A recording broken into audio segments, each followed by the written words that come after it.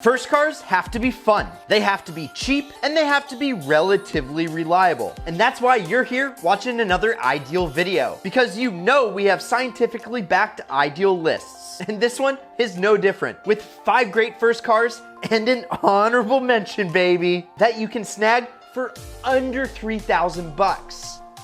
Making it rain. And one of them can get you into big trouble if you're not careful. Let's go.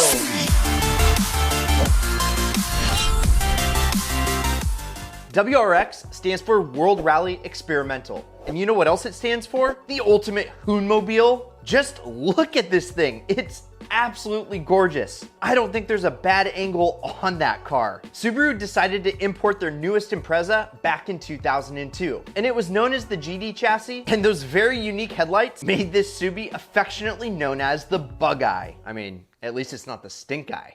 And this son of a rally car has become a cult favorite ever since. Plus, on the interior, it's pretty practical, with 5 seats for you and all your friends. And if you want to be one of the coolest kids at school, I gotta hand it to Subaru because they build some very attention-grabbing cars. And not only that, but an all-wheel drive system that's capable to keep you grounded and also have a little bit of fun is seriously a lot of bang for your buck. And if you search hard enough, you can find one of these little buggers for around $3,000. And using the negotiations outlined in the Ideal Car Strategies, you could get this thing for under $3K. And that buys you a little 2-liter EJ205 that has a little turb ski attached. And that little power plant pushes out 227 horsepower, which ain't bad. And when the boost kicks in at around 3,250 RPMs, things go from fun to even more fun.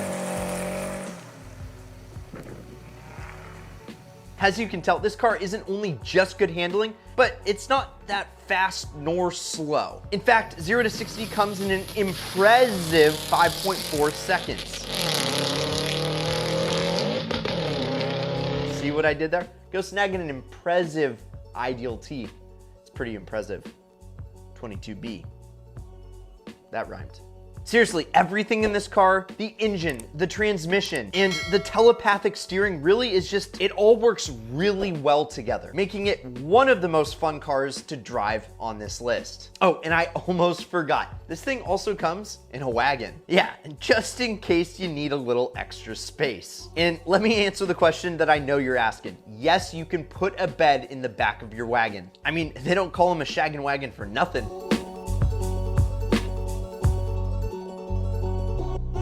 Since we were just talking about the Subaru wagon, we might as well talk about the Mazda that tried to knock the Subaru WRX off of its throne. Yeah, this guy. The Mazda Speed3 was introduced in 2007. It's got all of the good looks, a half-inch drop in ride height, and the price is right. Yeah, these little turbocharged monsters are available right at the $3,000 mark. And this is the little wagon that could, because the dual overhead cam 2.3-liter 4-cylinder engine has a little turbocharger mated to it that is willing to please. It'll put out 15.6 pounds of boost.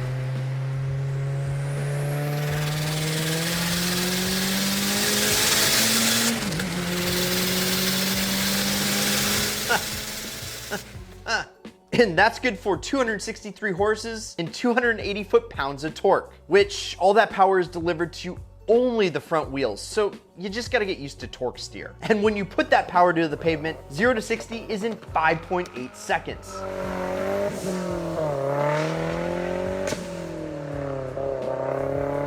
And seriously, when this thing's mated to a manual transmission, it's probably the most fun that you can have on wheels. Plus, being a wagon, there's a ton of usable interior room, which is great for any of the extra gear that you got. And since this thing's pretty zippy, you'll never turn in your homework late. In fact, if you're thinking about the Subaru that I mentioned earlier, well, there's a lot of Subaru WRX owners that have converted to Mazda Speed3 owners, and most of them don't regret it. For about the same cost, there's no turbo lag, the steering is almost telepathic, and it's just straight up fun to drive.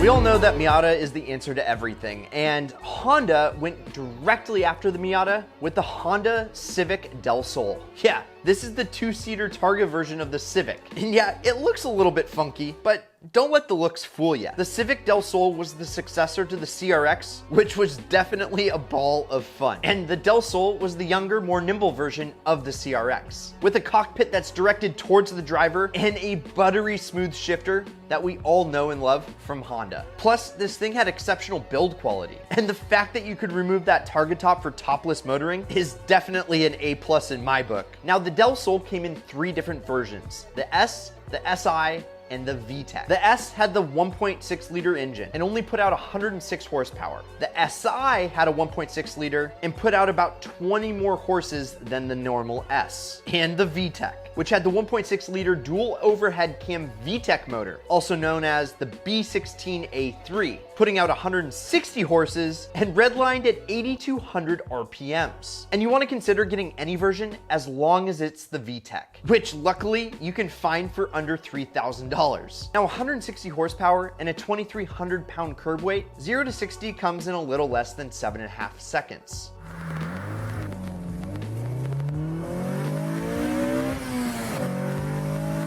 But it's the fact that this car is so small and nimble, which is where it really earns the extra credit. And the Del Sol is definitely a great alternative to the Mazda MX5. And word on the street is that it might have even better handling and braking. But who cares, because when you can throw a turbo on one of these things,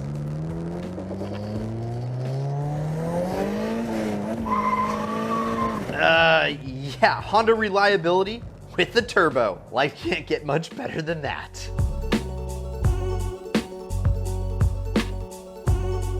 Now, the Dodge Neon SRT-4 is not your typical Neon. This is the performance version of the compact sedan, with an aggressive look that has the power to back it up. I mean, clearly, this is no regular Neon. Pop the hood and you have a 2.4 liter single overhead cam 4-cylinder staring right back at you. But it's that Mitsubishi turbocharger unit that makes you realize that this thing means business. And yeah, I get it, the SRT-4 isn't everyone's cup of tea, if you even drink tea.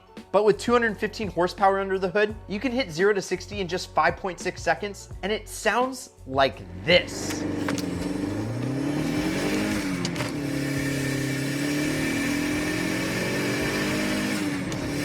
Tea or no tea, this thing is a bag of fun, especially when the boost comes on and the power just explodes. Now, even though they were successful, they only built these things for 3 years. And yes, this one's almost $3,600, but with some ideal negotiation, you're gonna get it for $3K. The Neon SRT-4 is a cheap, affordable performance sedan. And can we just listen to that throaty exhaust one more time for good measure?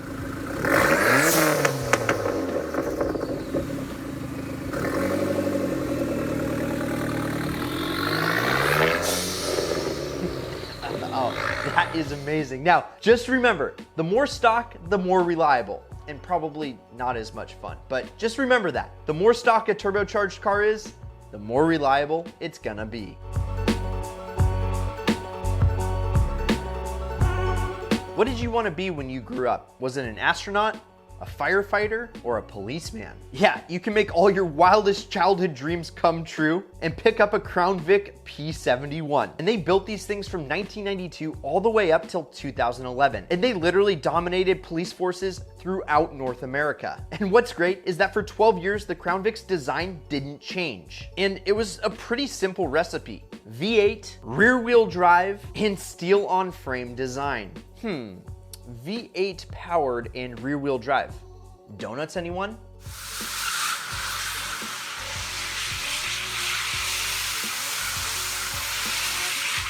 Now, if you end up picking one of these up, you're gonna be asked all the time, where can you get one? Well, it's actually pretty easy. Easy and cheap. You can get them at any police auction and snag them all day long for under $3,000. And promise me one thing, if you do snag one of these with a 4.6 liter V8, throw some Flowmasters on it and let her rip. Just remember, you are driving an ex-police car, so you're gonna garner a ton of attention on the road, which would probably also help you be one of the most popular kids in school. Just remember, with that added attention, you are going to also stick out a little bit. And so just don't get pulled over by a current cop in your ex-cop car. That would be bad. So I guess what I'm saying is just don't do anything that I wouldn't do.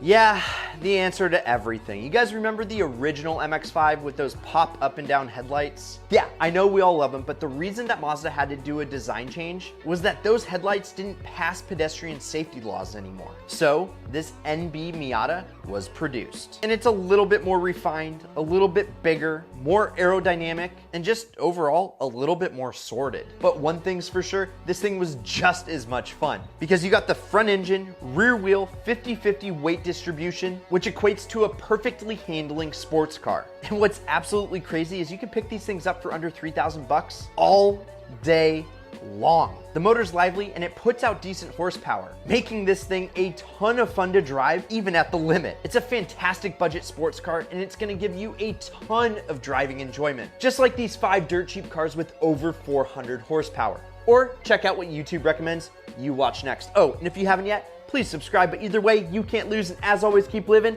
that ideal lifestyle.